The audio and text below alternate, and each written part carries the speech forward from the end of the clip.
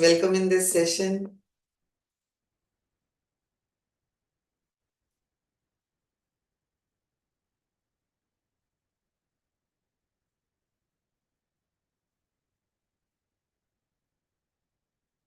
Sudhaji, you are also most welcome. Good afternoon.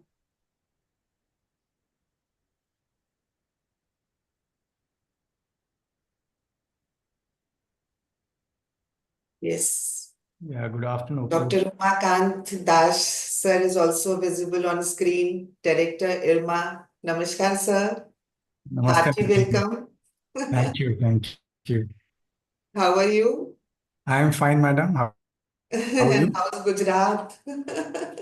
Yeah.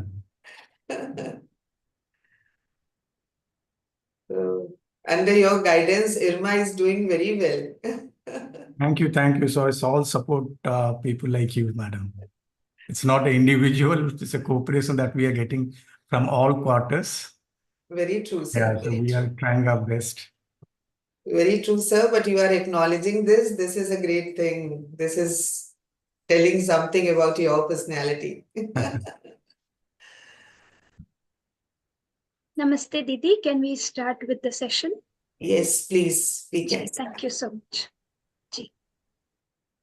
So, namaste and very good afternoon to all of you present over here. We are here for the 9th International Conference on Human Values in Higher Education, which is running worldwide in online mode. And it has started from 22nd November. This is the second day of the conference, and we all have been able to attend the keynote sessions, followed by sharing sessions, followed by panel discussions yesterday. The same way we have been able to listen to the keynote session in the morning by Dr. Gopal Babu sir and Mr. Umesh Zadav sir. I hope we all are able to relate with the proposals which are kept. And with that, now I would like to welcome you all in this shift 1, room 1, where we are going to have some individual sharings and some institutional sharings. And for this session to head, we have with us Professor H.D. Charan sir as our chair. Let me introduce sir. He is chairman NCUHV and member NCCIP at AICTE. He's also been very instrumental in taking this value education as a former vice chancellor in Bikaner Technical University. We welcome you, sir, for this. Namaste. Thank you. Thank you, madam. Namaste. Namaste. We also have with us our very dear Dr. Upasana Mishra ji. Didi is working as Associate Professor in the Indraprasth Engineering College, Ghaziabad, Uttar Pradesh. She is a responsible facilitator for Human Values course and an active member of Value Education Cell MTU Noida. We have been listening to her in the workshops. So we welcome you, Didi, for heading this session. Can we start with the session? Over to you.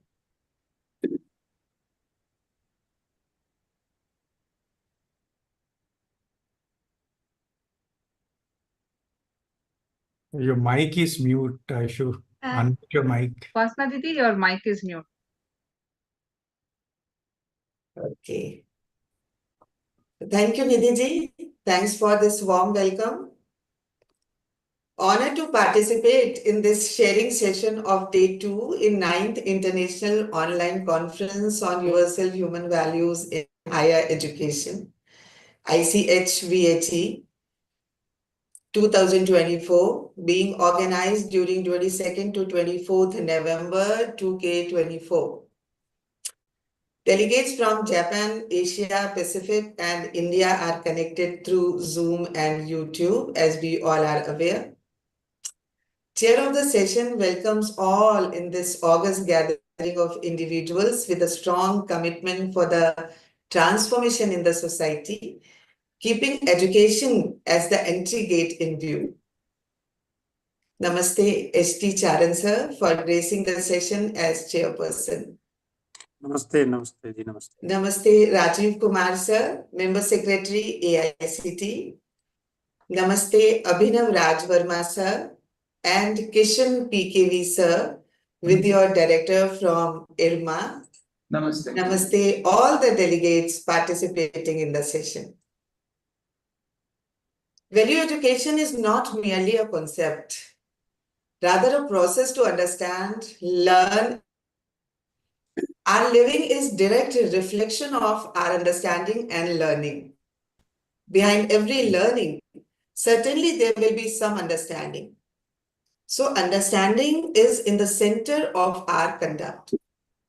Education needs to facilitate mainly understanding part, based on which learning, that is skill, and living, that is behavior, that will be expressed outside, obviously. In case education doesn't succeed strengthening understanding part, we start living by assuming, which might be right or may be wrong too. Assumption-based living reflects in the form of indefinite behavior or nuisance as we are witnessing nowadays. The value education facilitates right decision-making and definite living at every level of being. Our today's presenters are well-known education regulators, policymakers, and executors. Let me invite first presenter from AICTE Delhi, Professor Rajiv Kumarji, Member Secretary, AICTE. We are going to share his video. May we have video, please?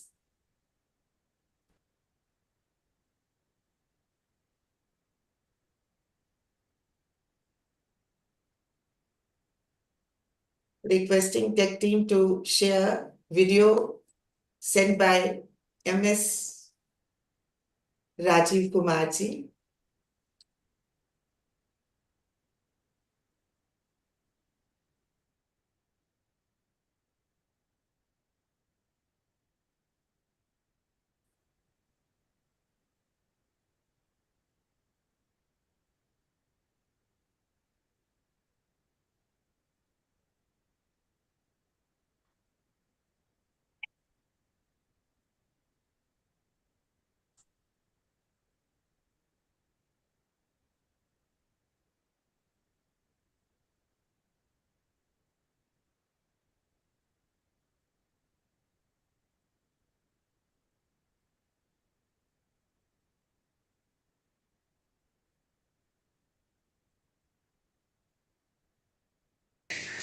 And then it was realized to start some program which can make our students to understand that their life, their family, their society, and they are capable to handle the pressure, day-to-day pressure, whether it is professional pressure or pressure of their studies. So we started that Universal Human Value programs and interacted with Universal Human Value team. So initially we constituted two committees, national committees, one committee for induction program.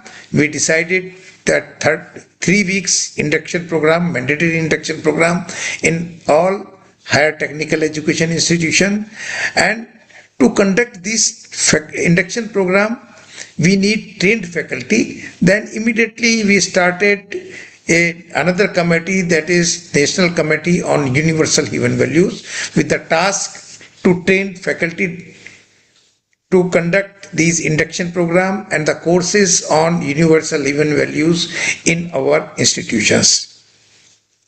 Now initially we thought that all these programs, they will be conducted in face-to-face mode, and we also started human value in faculty induction program. UHV1 is part of student induction program in the model curriculum. We included all these things in our model curriculum, and UHV1 was part of the induction program in model curriculum.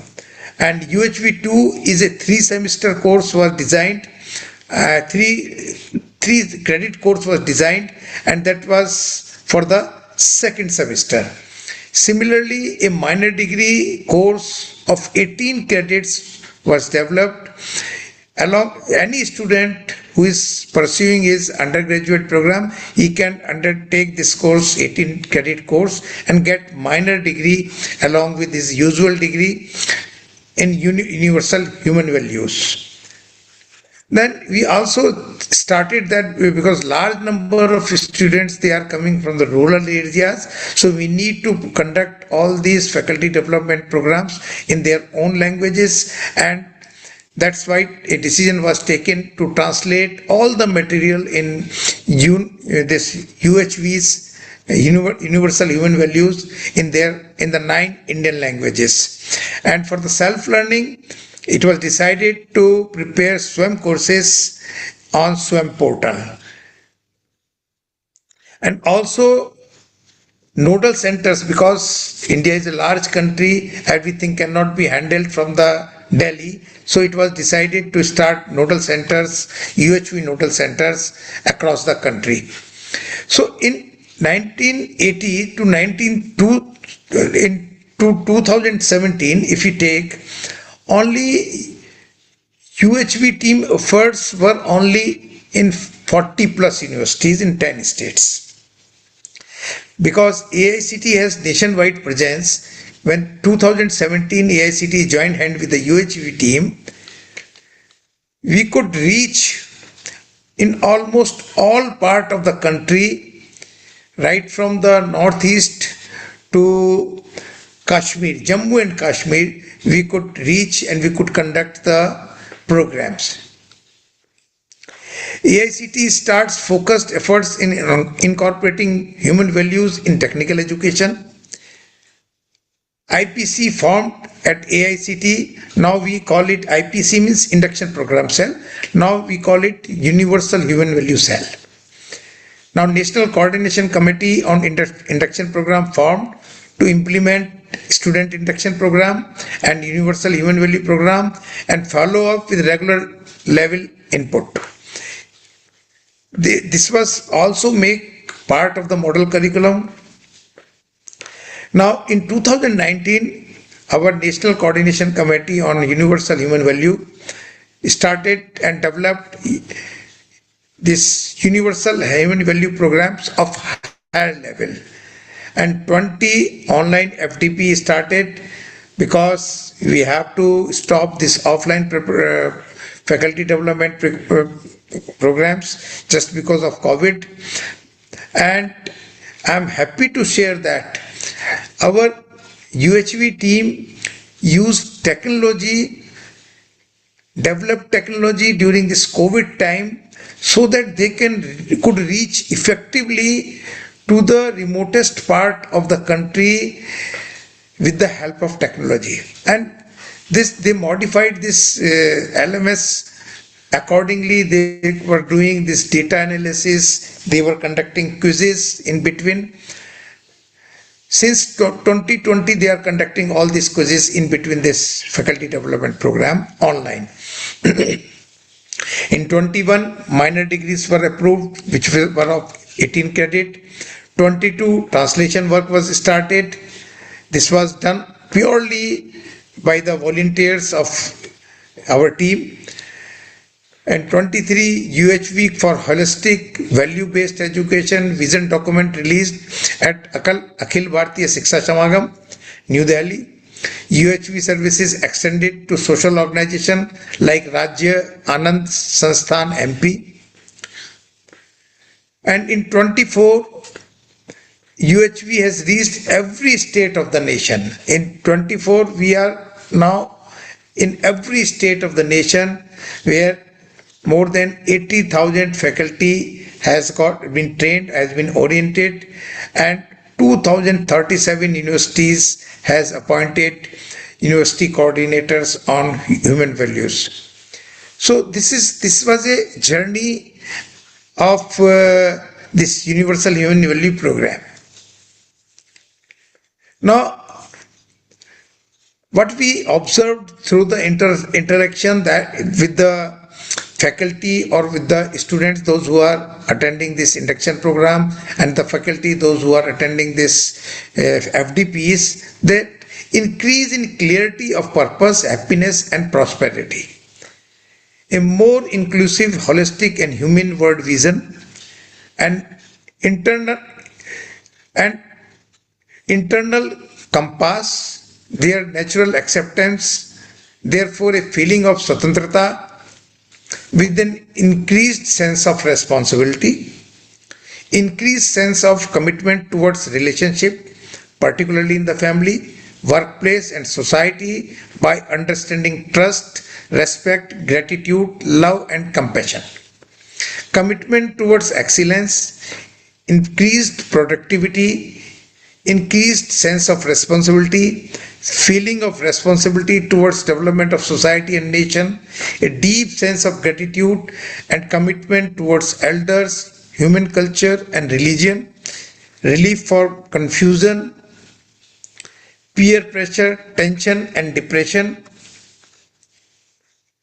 Now, I would like to share one thing with you, that because large number of faculty attended this program, one faculty wrote to the PMO, and this was a unique type of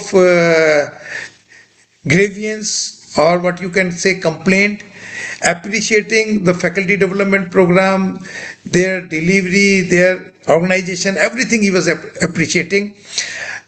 But where he was having complaint is that he didn't get the certificate. The complaint was forwarded to us by PMO. In turn, we forwarded this complaint to our UHV team, and then they analyzed it. They found that the candidate registered by one email ID and submitted their assignments by some other email ID, which was not permissible, that because they are very sensitive to their when they are issuing the certificates, so they are very sensitive that no bogus certificate must be issued. Then they analyzed and found that this mistake has been done by the candidate, but in the meantime they appreciated the student that he has full faith in this universal human value, and he is a follower of this human value, and immediately certificate was issued to that faculty. So this is one thing I would like to share. Now, this long-term UHV impact reported by institutions, the faculty, student, alumni and volunteers, they shared their experiences. Faculty share reduced stress level, higher satisfaction, improved interpersonal relationship and faculty cooperation, as well as higher sense of responsibility towards teaching and students.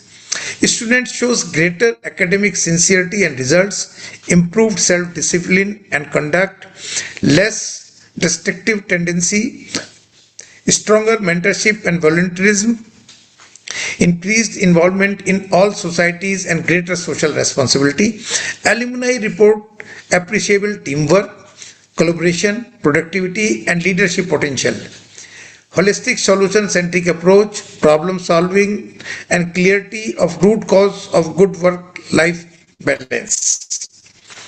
Volunteers indicate that they are able to keep in touch with the content, refine their own understanding, develop and work in teams, and at the same time contribute to a worthy cause.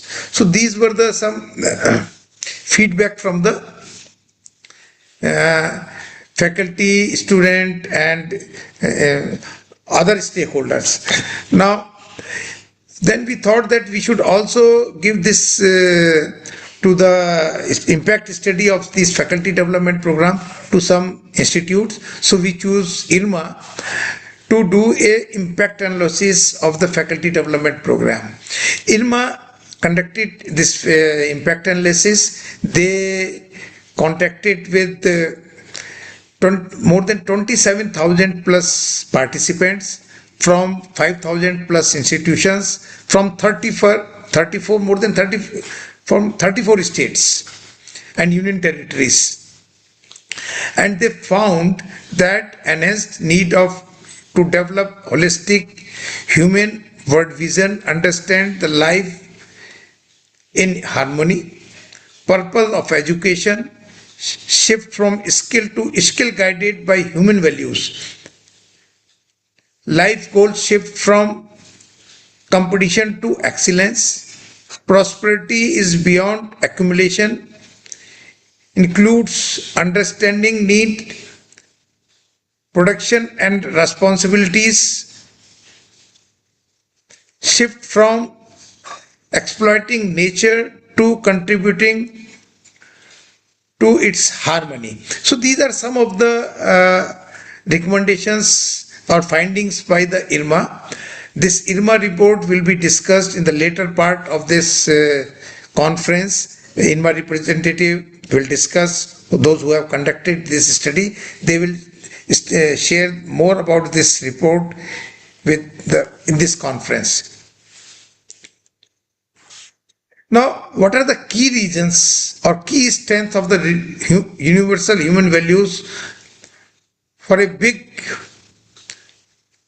for all these achievements? First of them is the content. Content of these universal human values are holistic, universal, rational, verifiable, humane, leading to harmony as well being for all. Process self-exploration, committed pro bono national team. We have around 500 plus volunteers, those who are contributing, conducting and taking this movement forward on pro bono basis. This is a real volunteerism. I can call it, it's a real volunteerism. Now,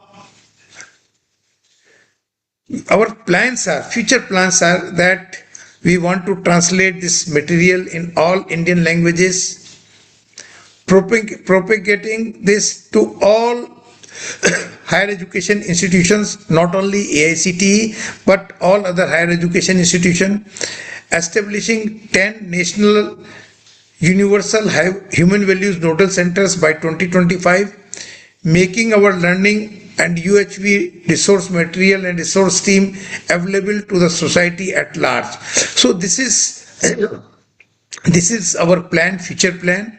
And one important thing I would like to share, that our chairman, Professor T.G. Sitaram, he has a great passion to take this movement forward. He is interacting with the coordination teams, national teams, and giving all the help what AICTE can provide in smooth conduct of this initiative and conducting faculty development program.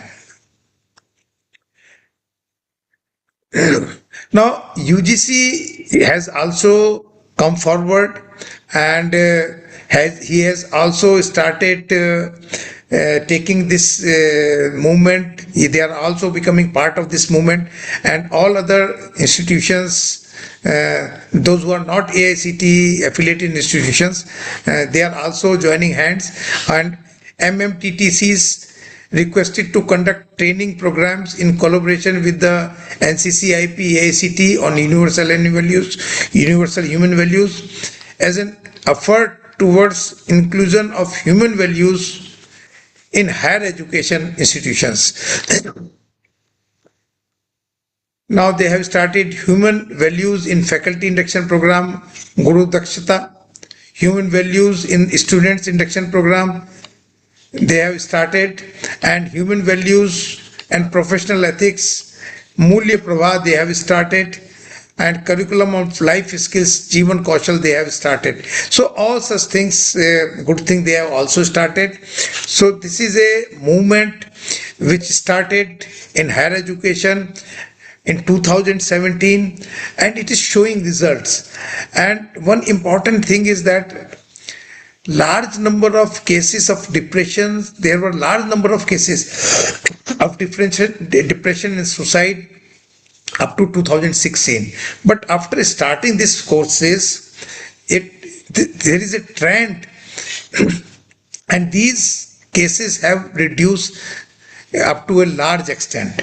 But we have to work and we have to take these cases up to zero. we want that we should have an education system where our students, they study, they move forward and without any tension. With all these words, I once again thanks the organizers of this conference for inviting me and sharing my views to the participants of this international conference. Thank you very much. Namaskar. Jai Bharat. Thank you so much, sir.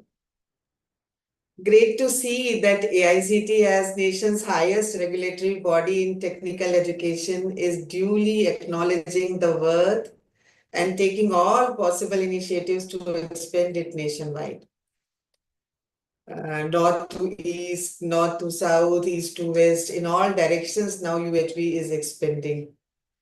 In yesterday's inaugural address, we heard former chairperson AICTE, his vision behind implementing the course, and present chairman Sitaramji, who is also continuing same legacy in his own generous ways, as Rajiv sir is also mentioning.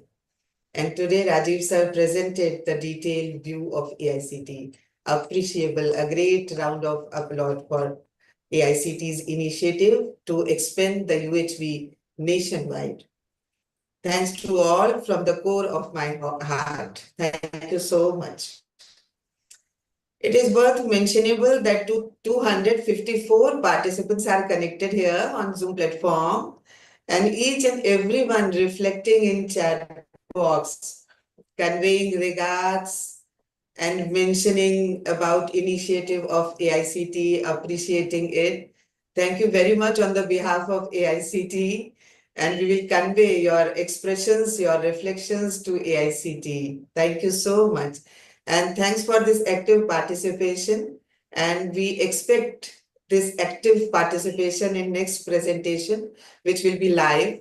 Next presentation is from IRMA, Gujarat. The Institute of Rural Management, Anand, IRMA, is driven by the dream of serving underserved segments of the economy through professional management. Let's hear from IRMA representatives about their initiatives to fulfill fundamental aspirations of society with a strong anchoring of holistic education. What we are listening in keynotes and discussing in different panels too. Director IRMA, Dr. Umakant Dasji, Professor Abhinav Rajvarmaji, and Dr. Krishanji are with us to present IRMA's presentation. All of you are welcome, sir. Most welcome. Namaste. So I'll start. Right. So on behalf of IRMA, so I extend gratitude to. Sir, volume is little low. So before starting our presentation, so I request IRMA Director Dr. Umakant Das to talk about IRMA and basically what all activities we do and how that is again how we are serving to the society at large. Professor Das, please. Sure, sir. We are eagerly waiting. Yeah. Thank you very much, Professor Charan and Dr. Upasana. So first of all, thank you very much for giving this opportunity to IRMA for conducting this study, which of course my colleagues, Professor Avinav and Professor Kisan is going to share the findings and the insights that we have gotten from this study. But just, I think yesterday I was hearing to the keynote speakers and the inauguration.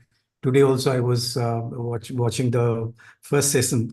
I think the speakers, they are talking about the importance of the universal human value and how it has benefited the faculties, the institutions, and the students more importantly. As an academic institution, let me just briefly talk about the institution that we belong to. It's Institute of Rural Management, Anand, which was started in 1979 by Dr. Verghese Kurian, who is fondly known as the milkman of India, and took the lead in the White Revolution. So when it was started, the very purpose of this institution was to professionalize the institutions which are working in the rural areas and which are working for the vulnerable section of the society. And from the day one, we know the importance of the rural households and the rural economy. And the objective of the institution is to help transforming the rural economy and ensuring livelihood and more importantly, the women empowerment, which was part of the entire exercise which we have been doing. And since 1979, 45 batches have graduated, more than 5,000 alumni who are making us proud, being in almost all the sectors in the economy. So from the day one, of course, we know the importance of the human value, and because we are closely associated with the rural masses. So therefore, that definitely has helped us to understand. Even today, one of the USP of this particular program that we are running, rural management, is the village field segment, where the students, after the first term, they go and stay with the villagers for 2 months. So they have to stay with the villagers to observe them, to understand the ecosystem, and to understand the institutions, the presence of the institutions, and how the institutions work, so that when they come back and discuss about the theories or discuss the problems, the solutions that they think of is going to be more meaningful and applicable and relevant to the rural masses. Coming to the, when we talk about the USB, yes, we have as an academic institution, we have realized the importance of USB, and we have seen pre-2016 and post-17 when the USB courses were launched and programs were launched, as Rajivji was pointing out, it has immensely impacted the outcome of the institutions, making the student understand, respect each other, and work in kind of a better interpersonal relationship. It's, of course, in a competitive world, we know how important of course, we are in a kind of rat race, but where this is going to lead, of course, is a different point of discussion. But when we integrate the human value to the teaching that we deliver, or the teaching knowledge that we impart, it makes definitely significant difference. People are now more cooperative. They are honest, to some extent, great extent, I would say. Now they are able to see the fairness, importance of fairness or honesty, and their compassion to the learning. So it has not only just for living, but it also brings a kind of the meaning to the learning and education.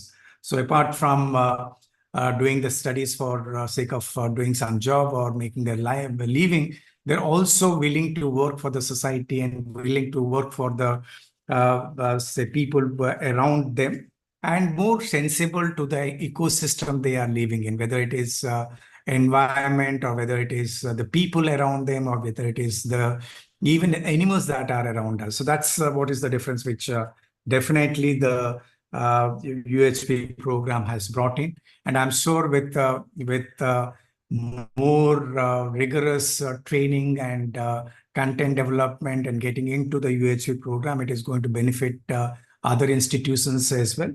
And I'm sure the findings which my team members have come up with is going to be relevant and meaningful, and will help in developing the right module, which will make the education more meaningful, which will make the education more holistic, which is the very purpose of the new education policy. So apart from the education, of course, we're also working very closely with the government and development sector, where we train the manpower and skill development and assessment of the welfare schemes which are introduced by government. Today, we are proudly say that we are not only working with the central government, but also almost all the state government, whether from south to north or from west to west. I think we are working with almost all the state government. So I thank you once again, AICTE, for giving us this opportunity. And we are looking forward for more associations and meaningful contribution that as an institution we can make to make USP more impactful. So with this, the few words, I hand it over to my colleagues, Professor Abhinav and Professor Kista, to share the findings and take it forward. Thank you very much. Thank you so much, sir, for your vision and for collaboration with AICTE to execute that vision on a large scale. Thank you so much, sir, and best wishes. Ji, Abhinav ji. Yeah. So, so first of all, I would like to thank Professor Professor Rajiv Kumar ji, because he was very instrumental in basically again selecting first this task, and then he invited, so we received invitation from AICTE for submitting a proposal, and we submitted that proposal, and that task was assigned to IRMA. I thank you, Professor S.D. Charan, sir, for giving us this opportunity. And of course, we are going to discuss that with my colleague, Professor Kishan. And one thing before we start discussing our findings, one thing that I would like to share with the audience over here. So wherever we visited, everywhere we received a lot of applaud for this USB initiatives. There were many students, teachers everywhere talking in favor of this USB, and they said because of this USB thing, their interpersonal relation with their family members, with their parents, with their peers, everywhere it improved.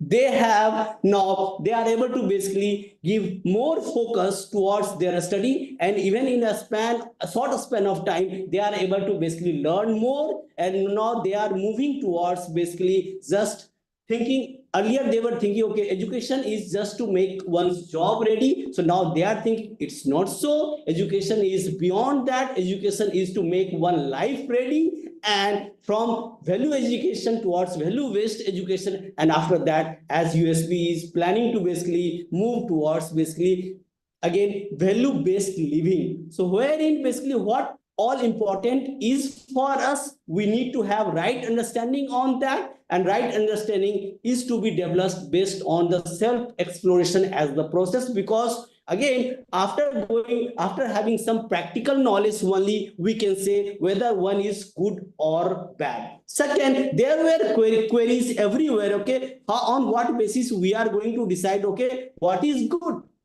Again, a generally accepted principle again is like, say, if you think there is an activity that is going to help, say for example me as an individual, of course that is good for me. Second, if the same activity is going to help my family members positively, that is again good for my family members.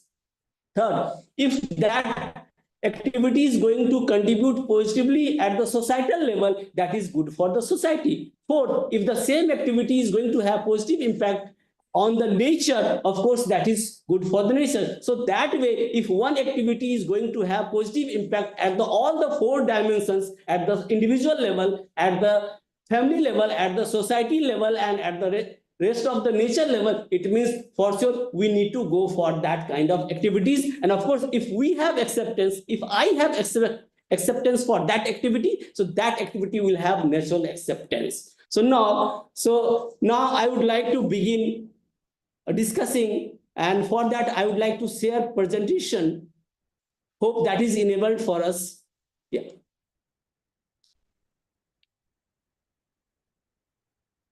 So is presentation visible? Yes, visible bhaiya, but make it in half. Yeah, now okay, fine.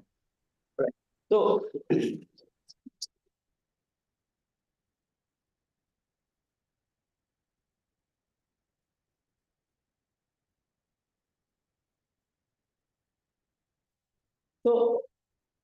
So background of this USB program. So as stated by Professor Rajiv Kumar ji, so in 2017, AICTE included USB in its modern curriculum. Before that, of course, it is there for close to more than 2 decades now, but after this AICTE included this USB in its model curriculum. So of course now it has basically again spread across all the states and union territories in India, and now close to, so little more than 2,000 universities, they have adopted this program. And NEP 2020 also calls for holistic and multidisciplinary education with value-based learning. As we said, okay, so now education is beyond making one's job ready. Basically, it is basically again to its main objective is to make one's life ready. And as part of again till 2017, before this AICTE included this as its model curriculum, then again, so again close to 2 lakhs faculty members were already registered, and they were already part of 3 to 8 days of workshop, and close to 200 universities by now they have already by that time they had also already conducted couple of workshops for students, and emphasis was on developing right understanding with self-exploration as the process, and it promotes ethical and socially responsible behavior. That is again a graduate attributes as defined by the NEP 2020.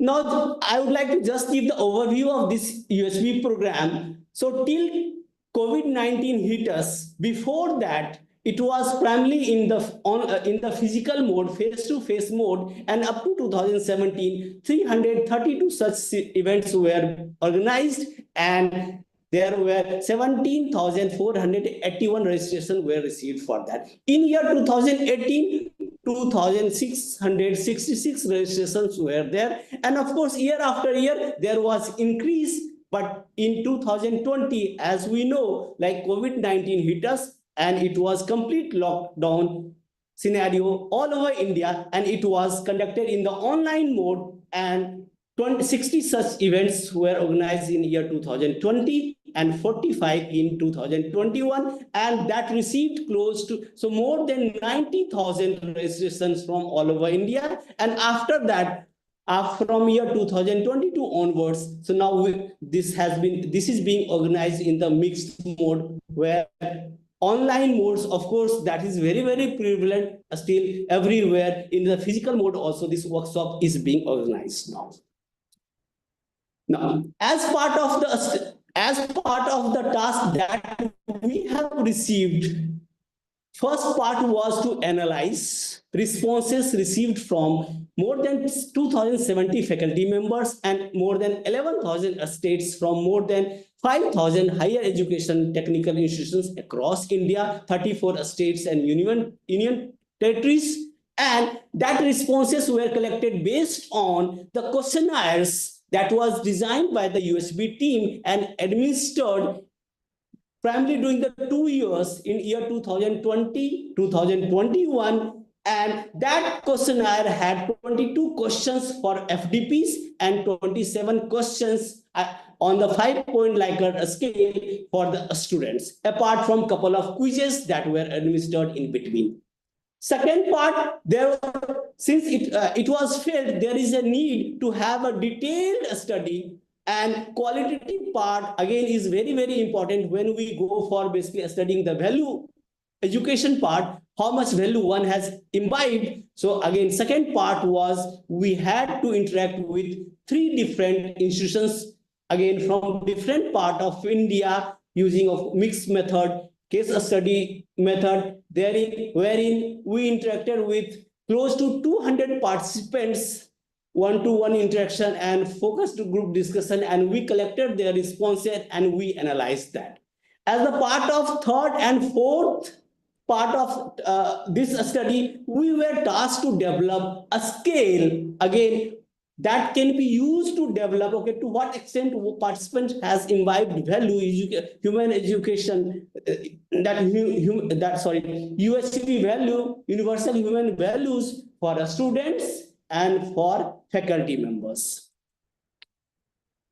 Overall, so broadly, we observed many things. Here, I would like to share 5 key observations, key findings that we have observed during our study. Everywhere, we observed there were again students, they reported, faculty members, they reported that learnings have improved and now academic performance have improved.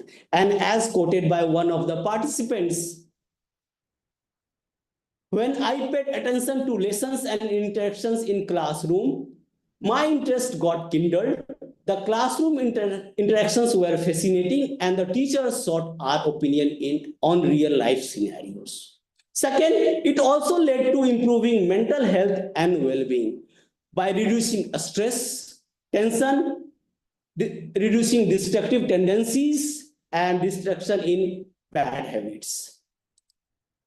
Again, it also improved physical well-being also, as reflected by one of the participants. We realized that the need of the self and the need of the body are completely different things, and what we focus on are mostly materialistic things. Again, everywhere this was observed. So now students were saying, now we are moving from materialistic to something that is more, again, more inclusive, and now they are able to see it is not only the materialistic. So relationship, having good relationship with the peers, with the family members, with the teachers, that is becoming more, and that is more and more important, and now they have started realizing that. Then again, they observed, they reported, okay, so now empathy has improved, and trust, that is very, very important for to start any activity in collaboration with anyone. So trust is the foremost pillar on which we need to build on. And this reported, okay, because of this USB program running across India, right, so that deficit in trust had decreased and leading to improvement in better collaboration and teamwork.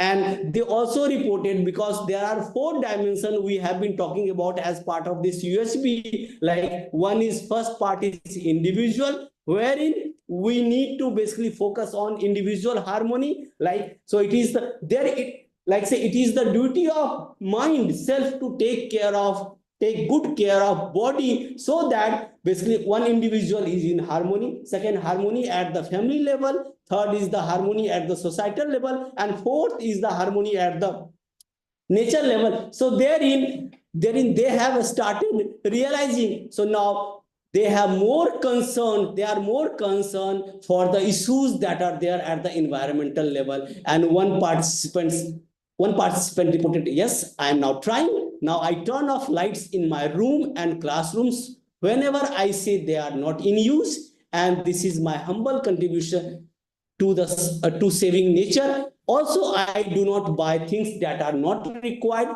I consume responsibly, because it has been observed many times we buy, okay, what we are going to buy. Many times we don't decide based on whether we need or not. Many times based on some kind of advertisement, based on basically that is with my friends, that is with my neighbor. So I should have that. Instead of that, now a student, so basically individuals, participants, they are going for basically their requirement, because needs vary person to person, and one should be buying something, one should be consuming based on that individual need. It's not like, say, one should not be just going ahead whatever neighbors are doing. So again, we interacted with many participants, and there what we observed, so there was a query, okay, like, say, if there is a need, okay, if I'm going to buy a 4-wheeler and that is my need, and that need can be met by buying, say, 15 lakh rupees 4-wheeler or 20 lakh rupees 4-wheeler, that may create some kind of, again, jealousy among my neighbors.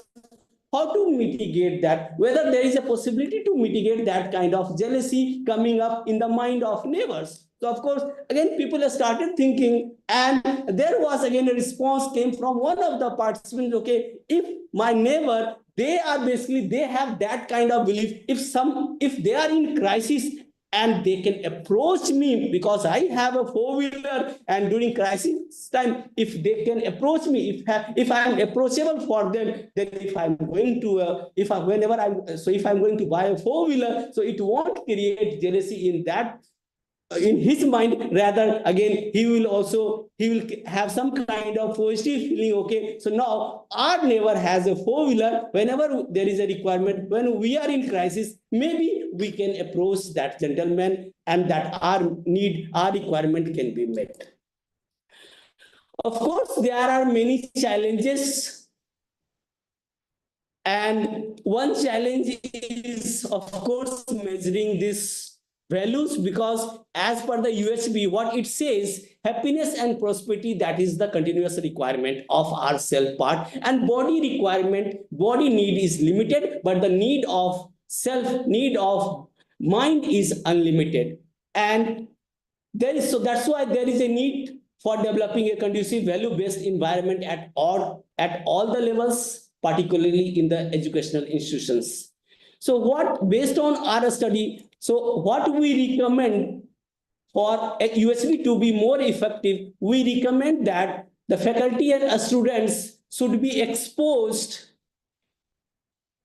regularly to this USB workshop, and this USB training should be made compulsory, mandatory from the school level itself. Right now, it is mandatory. So now, with the help of AICTE, it is now there in the technical higher education. As said, as Professor Rajiv Kumar, he said, okay, so now USB is also on board. UGC is also on board, and MP government school education, their secondary and senior secondary, at secondary and senior secondary level also now they have started implementing this. So now going forward, we can have again where we'll find USB maybe coming in from the primary school level. So now we'll go to the first part of our study, that is the analysis of the existing survey data, where responses from more than 27,000 faculty members were shared with us,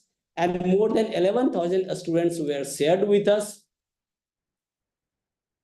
And if you see the region-wise distribution of that, so close to 50% of that 27,000 faculty members, so close to 50% of that came from the southern part of India, and 1/4 came from the west part of India. If we see the designation wise, so 63% are assistant professors, 10% are associate professors, 7%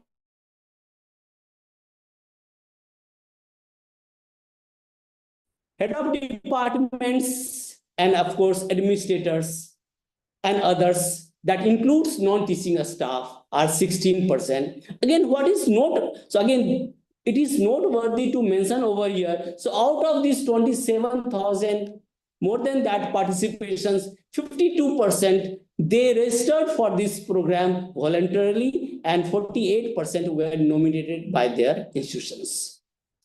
Now, coming to the detailed part of the questionnaires that were administered during this workshop, before on day one, before the just in the beginning of the workshop, and after the conclusion of workshop, again that question, so for the questionnaire meant for faculty development program had 22 items, and that for a student workshop had 27 items. We analyzed that, and we have broadly classified into 4 themes that the questionnaire that was meant for faculty members. First was development of a holistic perspective. Second, right understanding of relationship. Third, purpose of, what is the purpose of value education. Fourth is happiness and prosperity. That for students, we have grouped that into 3 themes: importance in my life, expectation from education, and understanding values. So these are the questions that were asked during the faculty development program before the workshop and after the workshop. So under this first theme, development of a holistic perspective, 5 questions were asked. Under this theme, right understanding of relationship, 6 questions were asked. And if you see, everywhere movement is there in the positive direction. It means, is there a need to develop a holistic perspective? After attending this workshop, participants felt that yes, there is a greater need to develop a holistic perspective. That way, everywhere that movement is in the positive direction. For example, question number 6, relationships are very complicated and can't be understood in completeness. So after attending this workshop, what participants felt, okay, so relationships are not that complicated now. So now they think this is less complicated and it can be understood. So that's why, so this is just after attending one workshop. So again, as part of our second task, there we have observed, okay, if one has been exposed to multiple workshops, their again understanding has improved drastically, and now they are now in better position to understand even these relationships which they thought were very, very complicated. Purpose of education is the third theme, and the fourth one is the happiness and prosperity. So now, so one by one, I would like to talk all the themes in detail.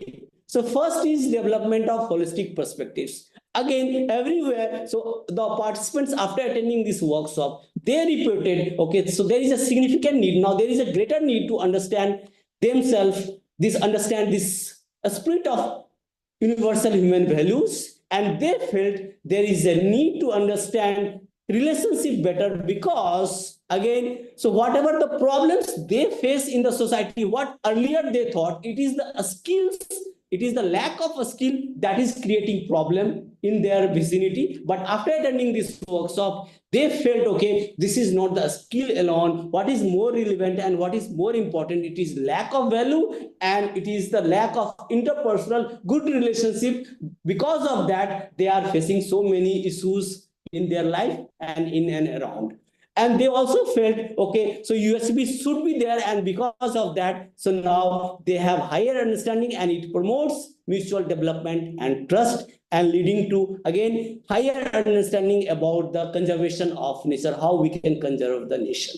Second is, theme is right understanding of the relationships, that talks about that 6 items that were administered, again, that the students, that participants were basically again asked, their responses were basically discussing psychological aspects relevant to maintaining good relationship, and everywhere it positive shift has been observed. So participants attended this workshop, and after just attending this 5 days workshop, 8 days workshop, they attended, okay, so there is a need for such kind of workshop, and this is helping them immensely in developing positive attitude towards a spirit of USB, and in resolution of conflict, and developing harmony with others, with their peers, with the students, with again colleagues, with family members.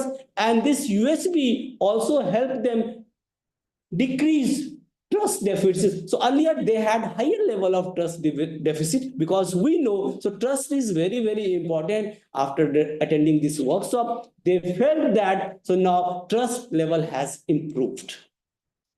Now the purpose of value education, they again, as we discussed, they felt problem around them are not created mainly because of lack of skills, rather it is because of lack of values. And skills and values should be, again, it is both are important, and again, and that's why value-based skilling, that is the one of the objective of this USB program. Value-based, again, value-based education finally leading to value-based leading. So because whatever skill we have, whether we have right understanding on that, how to use that skill so that its impact at all the 4 levels are positive. And there is a significant improvement was observed in belief that USB course can be taught like any other technical course, because whatever responses we analyzed that came from faculty members, more than 27,000 faculty members of higher technical educational institute mainly. So they were teaching BTech courses across India. And coming now to the most relevant part, that is happiness and prosperity. As we know, because we want continuity in happiness and prosperity, it is very, very difficult to measure this happiness, because we can't, because objectively we can't measure happiness like the way we measure mass, because we can't say we want 4 kg of happiness, we want say 5 meter of happiness, that way we can't measure. So that's why it is very, very subjective one, and that's why qualitative assessment becomes very, very important when we are going to talk about the happiness and prosperity. And so again, in the end, we'll be also proposing, okay, we'll be recommending what all are the needs, what all additional studies should be done so that our understanding on this improves, and what all basically modifications can be again done, so that basically again whatever objectives of this USBR intended objectives can be achieved better. So it is the important of, as I said, it is the duty of mind, it is the duty of body, duty of self to take care of body, because many times you must have observed, okay, one diabetic patient going for say rasgulla, right? Rasgulla is a sweet dish, right? A diabetic patient should not be going for that one. So body will give some kind of signal, boss, right? Please don't go for some kind of again sweet, otherwise your body will react to that, and again, and so body is giving signal, and decision lies with the self part. Now if again, so it is the duty of the self, duty of the mind to take good care of body. So we should not be consuming again sweets if I am a diabetic patient. So there, if I am going to consume, it will disturb my individual harmony. Individual harmony is basically harmony between the body and the cell part. And again, so one participant stated just before the workshop, again, question was define happiness. And the definition from that participant came, okay, happiness is enjoying good food, sleep, relaxation, to spend time with family on holidays, enjoying movies, and doing what I like. But the same participants, after this attending this 5 days workshop, he said, okay, happiness is a state of harmony with self, harmony with imagination, and a state of natural acceptance. See, if 5 days workshop can have such kind of impact, and of course, if one is subjected to that kind of workshop on regular basis, again, what kind of impact we can have at a larger level, that, so of course, everywhere we'll find good people living around us, because everyone want to be good. Because if I'm good, so I assume, so what USP philosophy is, if I'm good, so I should not doubt others' intention. We should always assume others' intentions are always good, as if the way my intentions are good. Similarly, we analyze a student's data, of course, across, so we categorize into 3 themes. And what we observed, again, everywhere there was again positive shift towards self-awareness through self-exploration. They've developed higher level of harmony at all the 4 levels. So now they started realizing more value of this nature, conserving natures, and they have started prioritizing things in their life. So one quote is right understanding and right feeling towards oneself and others reduce so many problems in our society. A peaceful society leads to the peaceful mind of every person, and hence healthy mind indicates a healthy body of a human being.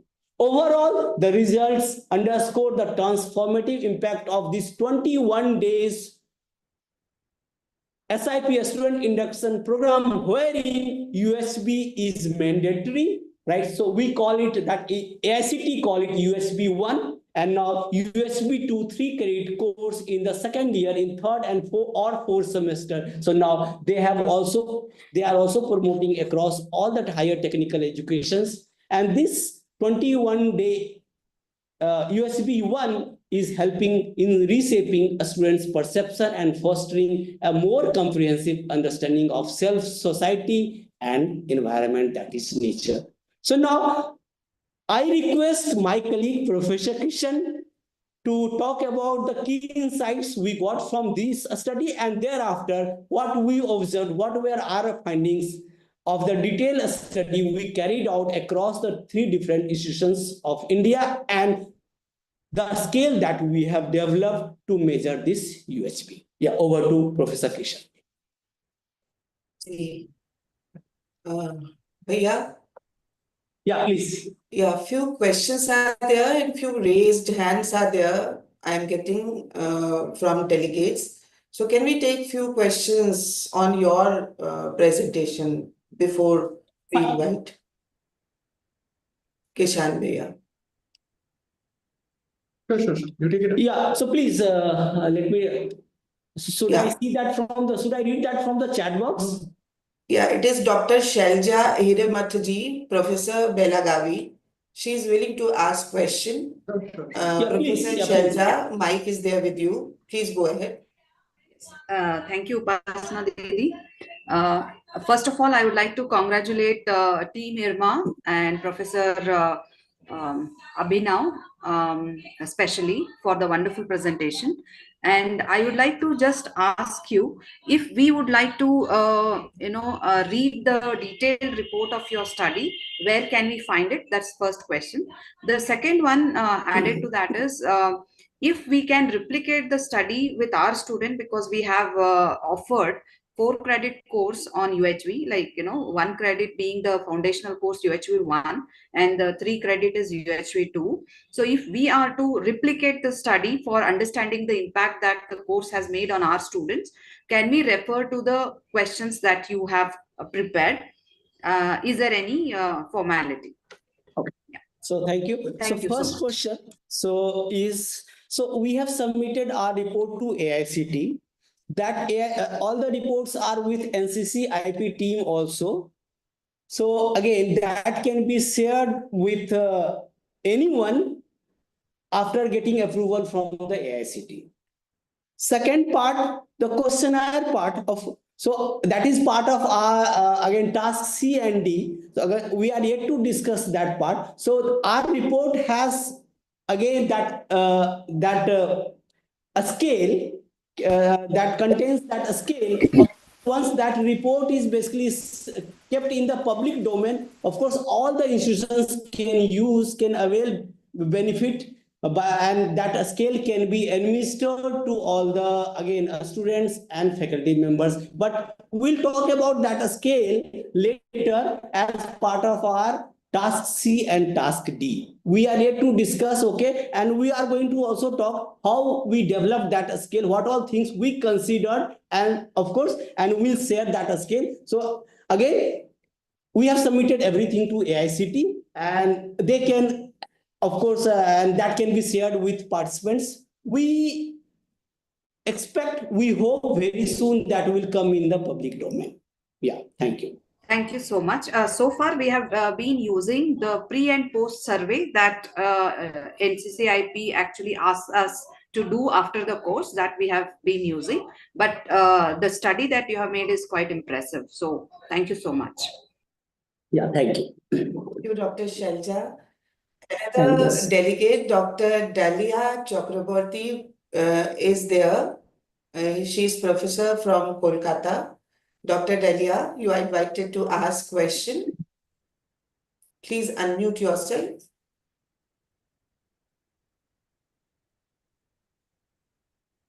Dr. Dalia, mic is there. Yes. Yes. Welcome. Am I audible? Yeah. Yes, pretty we can hear you. audible. Welcome. Okay. Thank you for such wonderful experience. Actually, I'm from social science background. That's why this kind of question comes in my mind. Whatever I have learned from your presentation, the focus is mostly on development of an awareness of self, a kind of emotional intelligence, values that makes somebody's horizon broader. So these are fine, but my question is that whether the students who are undergoing these courses, they become aware of the cultural and social differences that Indian people have, because ultimately they're going to work on people who are so different from their background, and they will devise strategies and policies for them. So the question is whether this course will ultimately make them aware of it or makes them, equipped to handle such situations so that they know their target population. Thank you. Yeah. So thank you. So yes, this USB programs very much takes care of that. So first step is basically developing right understanding based on self-exploration. Thereafter, developing relationship, good relationship at all the levels. So there we need to take care of basically again, so one's belief. So of course, beliefs may vary. So there USB talks about that. And the third is we need to have right understanding, okay, how much I need, right? So in terms of physical facility, how much physical facility I need so that this society, this nature can again sustain in the long run. So in the relationship as part, okay, so that much has that aspect has been taken care. So again, in that as when we are going for the detailed study, that is the task B, there also we are going to discuss that part. Hope I addressed your query. Okay, thank you. Thank you, Dalia ji. Thank Abhinav you, bhaiya, ma'am. so many appreciations are coming in messages, in message box. I'm going to take one more question from Dr. Aparna Tripathi, Jaipur, Manipal University. And after that, we will listen to Krishan sir. Ji Aparna ji, most welcome. Please unmute yourself. नमस्ते दीदी। Namaste.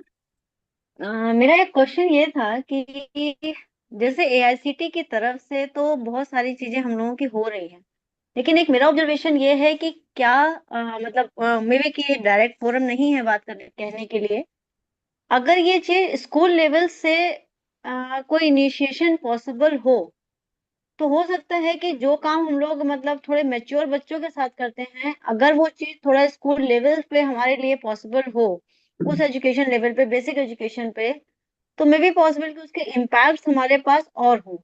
तो क्या इस direction में भी, school level direction पे भी background में कुछ गवर्नमेंट ऑफ इंडिया की ओर से या आपकी ओर से चल रहा है, या अभी ऐसा नहीं है? Ma'am, I'll take this question. My name is Kishan, and I'm one of the colleagues of Professor Abhinav as part of this study. So there is an initiative that is going on in Madhya Pradesh where they have started value education from grade 9 onwards. And I'm sure that UHV team, AICTE, and other education regulators in India are looking very actively towards incorporating value education before in the K to 12 school level, and that also happens to be one of our recommendations based on the entire study. We'll take it up in the further study while we share the findings of tasks B, C, and D. Ji. All right. So first of all, I would like to thank Professor Abhinav for a very forceful and a very convincing exposition of the findings of task A. And from here on, I'll take over and I'll try my best to do justice to what we carried out as part of tasks B, C, and D. So first of all, let's recapitulate as to what we found in task A. Some of the key insights as of now. So we can see that the coverage of this particular program is broad-based. It has been covered in it has been covered with thousands of participants across hundreds of institutions in India. There has also been a very positive trend in the uptake of these particular programs. More and more people have joined this particular program year on year. And especially the online programs have made a great impact in bringing more people towards into the UHP fold. The mixed mode delivery post-COVID has also impacted the flexibility in terms of, so there are people who are fine with online, but there are also those who would prefer a face-to-face interaction. So this mixed mode kind of treatment of this particular program has increased the flexibility and has also increased acceptance among people in actually coming and attending these programs. So there are going to be some regional variations. We've not covered that as part of our findings because although there are differences in the extent of the change observed among participants in various dimensions that Professor Abhinav has already shared, we have not done region-based things. This is based on a bird's eye view of the findings, but in my opinion, to understand the regional variations better, a more comprehensive study should be done, and I'll make a case for it when I discuss task B, C, and D. And of course, I think for any of this program to survive, to thrive, the most important stakeholder happens to be the faculty, because it's the faculty with who we get the buy-in for this particular program, because they are the ones who are going to teach the students henceforth. So, and what we see as part of this, and we'll also discuss this in our theory of change that I'm going to bring up in a while, that the UHV FDPs have impacted the faculty members who then go on to teach the students. And this is a massive step in the positive direction. So having talked about various insights and various benefits of UHV, there are also a few limitations, and limitations happen with the kind of measurement that was happening till some time back. Now, we administer this particular questionnaire pre and post. So before the participants start with the program and after the participants end the program. Now, when we follow this kind of administration of questionnaires, there is bound to be some kind of a response bias that comes due to reactivity. Now, you go through this particular program for 5 days. There are some terms that stick in your memory. There are certain things that stick in your memory, and you are there is a certain social desirability bias to answer in a way which the administrators of these questionnaires want to know. The second limitation is the change is confined to thoughts, feelings, and perceptions, and they don't enter actions and behavioral changes, because we are measuring the changes just after this particular workshop, this particular program is done. So we don't know if the changes in thoughts, feelings, and perceptions, they are following through in actions and behavioral changes, in terms of actions and behavioral changes.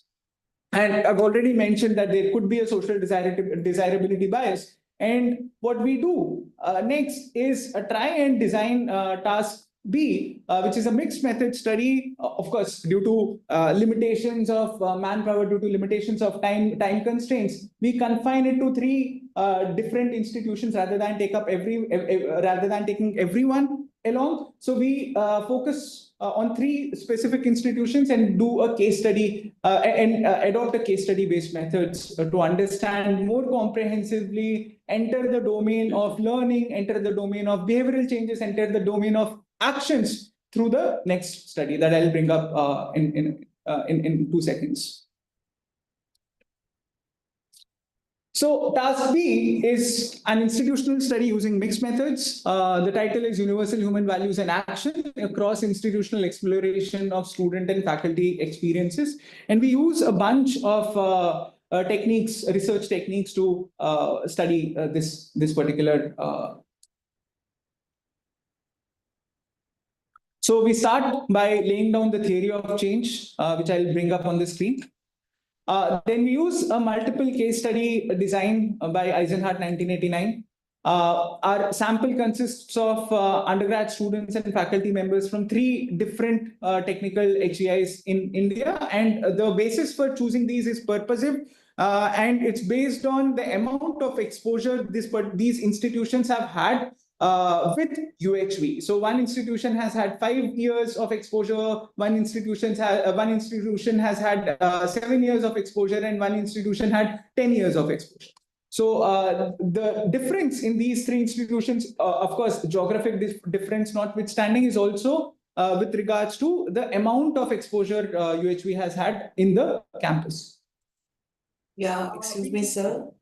Yes. Yeah, sorry for interrupting, but we have limited time. Time constraint is there. Sure.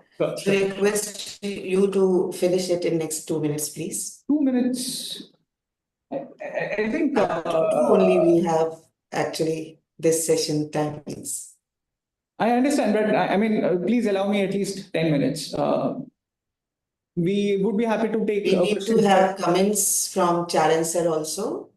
So Yeah, better let me skip this part. We'll take up sometimes Yeah. because main finding Professor Abhinandan has also mentioned it, and CENT is still pending. So next time we will discuss this issue. Yes, although it is interesting, but please Yeah. make it short, brief. yeah, sure. Okay. So Better complete it. there are a bunch of data collection approaches that we take up, and we also do a comprehensive qualitative analysis. So this is the theory of change. Again, I would ask for the participants to look at this once we share it with the organizers. This is the data across the three institutions. We adopt qualitative, we draw quantitative data as well as qualitative data. Within the qualitative data, we have a bunch of structured, semi-structured interviews and focus group discussions. And this is how the findings have come about. We have coded the first order categories, the second order categories, and the overarching dimensions. Now, let us just simply try and understand the findings in terms of reaction level. So when it comes to the student induction program, which encompasses UHV1, what we find is there is a high overall satisfaction among students, and there is also a motivation to pursue other UHV programs. Then we come to the UHV2, and here the reaction level surveys tell us that students held the course in high esteem. They really liked the course, and they appreciated the coverage of the most fundamental aspects of individuals' holistic development. And when we come to faculty development program, again we see a high level of satisfaction among the faculty members, and they specifically laud the program's theory and practical balance, and they also acknowledge the amazing seamless planning that the UHV team comes up with every single time. When it comes to the learning level, about how much they have imbibed the concepts, we find that as the time goes on, as the amount of exposure goes on, you are also able to learn the concepts better. You're also able to retain the concepts better, and that is evidenced by the scores, the average scores students score in the quizzes that we administer them in SIP, UHV2, and FDP. Now, one significant finding, and here I wanted to otherwise spend a lot of time, happens to be the learning aspect. When it comes to learning happens through declarative knowledge, through acquisition of declarative knowledge. Acquisition of declarative knowledge is basically understanding or knowing the UHV concepts. And that's what we found among students. The students understood the UHV concepts, and they started practicing self-exploration. And they also started to verify various UHV concepts based on their natural acceptance, as well as they also tried to experimentally validate some of the concepts that they learned during the workshops, during the 3 credit courses, and so on. Now, this experimentation, this natural acceptance, it paves way for right understanding, which is essentially nothing but understanding of harmony at the 4 levels of living. As so many of us have so often talked about them: harmony at individual level, family level, society level, and nature, and the level of nature. Students have rationalized their actions, have learned from them, and they have resorted to course corrections in their life.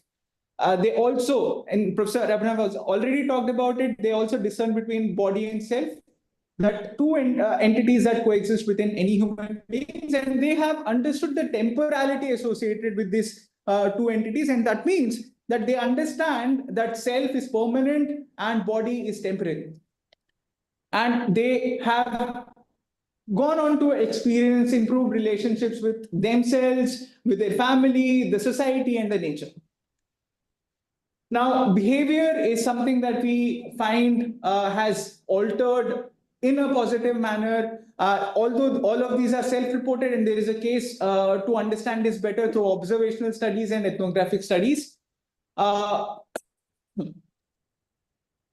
So the students have become more sociable. They are forging meaningful relationship with their peers. They are more comfortable in public speaking, and they are more confident in airing their views. They have imbibed greater discipline in their daily activities, and their grades have also improved. They have also, many of the students, when we interviewed them, when we held focus group discussions, they said that one of the limitations of their character happens to be their short-tempered behavior before the start of the program, and post this particular study, post this particular course and program, they have managed to deal with their anger issues more effectively. And there is also enhanced communication within the students, with the teachers, with their parents, and their neighbors. There are also a bunch of faculty outcomes, again, all pointing towards the right direction, towards a positive direction. So this is the summary of findings of the students and faculty members. We would ask you all to go through these. And as part of task C and D, as I've already remarked, that it's very difficult to look at the pre and post questionnaires and say that there is a positive impact. What we try to do is to develop a more rigorous instrument which can measure the program outcomes more effectively, and there can be a greater confidence regarding whether the things are moving in the positive directions or not. And that's what we do as part of task C and D. We develop a scale and we follow all these steps. There are a total of 9 steps in all, where we first, using UHV material, using the material that we collected in task B, we generate the items, we do a bunch of statistical tests in this, and finally we develop various versions of the scale.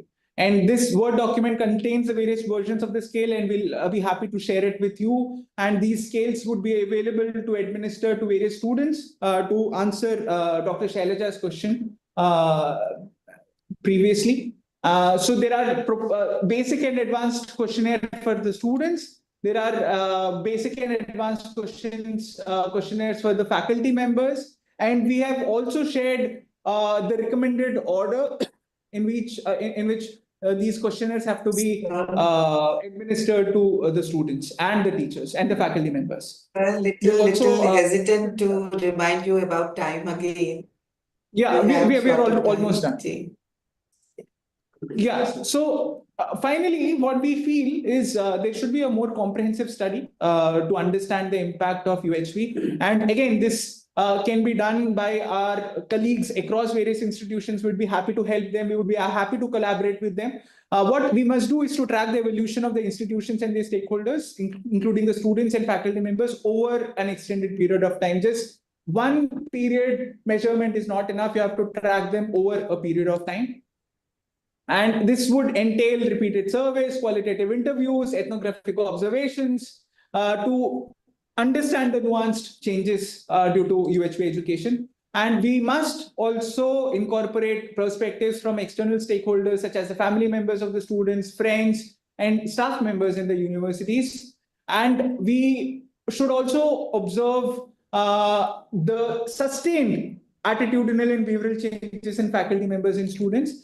And we should also extend this to study the institutional climate, and we can do this, and we should also adopt various methods for to triangulate data to have confidence in our findings. These are the appendices, and that marks the end of our study. But essentially, what we try to do is to make a case for a more holistic study, a more detailed study. And to understand the effect of UHV on the stakeholders better. And what we advocate is for UHV to be taken as back as the primary levels of education and K-12 education, and then bring it up and have a sustained and prolonged exposure to students of the UHV concepts and the UHV way of life. Thank you. Thank you so much, sir. It was really interesting to listen the whole the whole effort what IRMA is putting to conduct this impact survey. Now, without any delay, I'll invite Professor H.T. Charanji, former Vice Chancellor, BTU Bikaner, Chairman NCUHB and member NCCIP, for his reflection and remarks on both of these two presentations today. Ji, sir. Thank you, Pasanji. It's very nice to have a presentation from Rajiv Kumar ji and team from IRMA. Rajiv Kumar ji, of course, has mentioned about the efforts of AICTE and all our team members and large number of the participants. Really, I welcome them all. They are listening it carefully. So that worth mentioning before mentioning the efforts of AICTE and other things, because unless the person who are really beneficiary or otherwise affected listen carefully, nothing is impossible to be implemented. So therefore, Rajiv Kumar ji has actually mentioned it. And this particular session, I feel is important or special. Special, I say that there are three persons, three organizations as such. One is a team of UHV. We are the team of UHV people who are working on UHV. Then AICTE is, of course, contributing as a apex body to monitor us, how we are doing. Oh. And then there's another body who's of course observing and watching and ultimately finding out what we too are doing. That's IRMA. So this is a special combination. This session is a special in that way. So our performance and performance of AICTE and V2 both are being judged by IRMA. And therefore the efforts of IRMA is very, very important. Particularly whenever we talk about UHV anywhere in any university and with all other people, they always ask what the effect, what their outcome. You are mentioning so many workshops we have done, so many faculty members they have been trained. What the final effect? So in that way, study of IRMA is very, very important. Actually, we have a tendency of measuring in terms of marks. So our actually way of understanding is slightly different. Say it's the first division so many marks, second division so many marks, and past division so many marks, something like that. Even we see the grading of the next, say 0.4, 4.1, 4.3, always like that. Now that is in terms of some physical marks, marks. So here's a difference. We see the change in the behavior, and the change of the behavior is reflected in terms of exhibiting, in terms of fulfilling the relationship or working with the environment. So his reflection is in terms of conduct, and that's a really very difficult to estimate by any agency. But IRMA has done a lot, because these type of changes only those persons can measure. Not even measure, they can realize. They cannot grade in say first grade, second grade, third grade, A, B, C, D. Cannot say like that. So really, it's a very, very difficult task, and IRMA has done a lot for that purpose. And this will be very much effective for us also, because very rightly the participant, they had been asking you provide the finding of it. They are not going to use for themselves, but they are going to use wherever they go, and wherever they go and talk. People are asking, what are the findings? You are working for so many years. Let's show your findings. How much behavioral changes has taken place? So each and every institute can have this study. And IRMA, I hope now your director Umakant Das has rightly told that they have incorporated for their own teachers at IRMA. So I feel this is the real biggest change that can be observed in their own institutes. And teacher is the real right key person, maybe weak key or maybe strong link or maybe weak link. That can be evaluated through UHP only. So if this is a weak link, that can be made strong. Or if they are strong in the negative terms, then can be neutralized even. So in both ways, the study and at the same time, they have introduced at their own institute that need to be propagated in the society. Large of people had been asking whether they are implementing in school or not. School is much more important as compared to the higher. Again, there are a lot of the people who are trying it, but whether they are trying UHV or something else, this is very important question. Of course, they are always convinced that something is to be done in education. Education need to have a slightly different direction. But what is to be taught? So in that way, why UHV? Whenever you talk to the people at the school level, authorities at school level, why UHV? So the study of NIRMA will be very much helpful to us. I'll share my example because time is less. Because I'm connected with UHV activity since 2014-15 when I attended a international conference. It was 13 or 14 something. So then when I came back to my institute, I was dean. I asked my vice chancellor, let's introduce this because it's very important. But I have slightly learned through whatever you can expect from the conference. So I thought this is very important. This is to be introduced. Then there are large number of the channels. Say board of studies is there, academic council there, board of management is there. So he told me, okay, you convince all these people, I will start it. I tried. And finally course come up. When finally courses come up, it was included in disaster management. They told that disaster management is very important. Let's include this. They told us, let's have the lecture of the important people in the society. There are very notable people, important people, and their lectures will be very important for students. So include the lectures. So whole the syllabus has been distorted. Now after 2017-18, when AICTE has recognized this, it has become very easy to convince the people, because once the apex body recognize it, the everything become very easier. So that's the biggest contribution of AICTE in terms of implementation of universal human value. So that way, of course, we all are very much grateful to AICTE, and finally, IRMA will recognize us. That will again make another big change. So that's what I expect. So I'll put it. Thanks to Umakant Das and Abhinavji and Professor Kesan for good representation. Of course, I hope we will have I personally wanted to have a personal talk to people at IRMA so that I can understand how they are evaluating it, so that wherever I go, I can talk to the people and convince them accordingly. Thank you very much. Thank you so much, Charan sir. Thank you, Abhinav sir. Thank you, Doctor. Even one comment I wish to read from Raghavendra ji, one of our delegates. So he's writing, these initiatives are very important so that the future will be technologically advanced with rich human values. So with this statement coming from Raghavendra ji, I'll hand over to Nidhi ji for formally closing the session. Ji. Thank you so much, Didi. I take this opportunity to express the feeling of gratitude we all have for having these sharing sessions. To begin with, I would like to thank Professor Rajiv Kumarji, Member Secretary, AICTE, for sharing the things happening at AICTE and such a big institution inspiring the whole country for taking this value education ahead.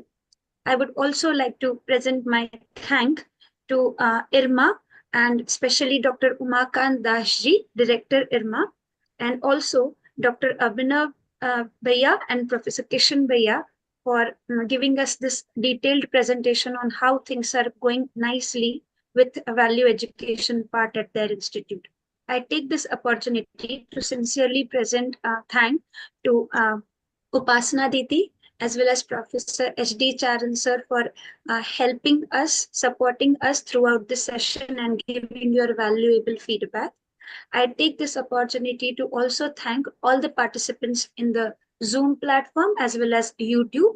And last but not the least, our whole team of volunteers for helping us conduct this session smoothly. Thank you so much. Namaste. And we would be heading for sessions at 2:30 at different panels for having the panel discussion on education, health, and SDGs. So we all are welcome. We are having this half-an-hour break. Welcome back. Thank you. Thank you. Thank you. Have a nice time. Thank you.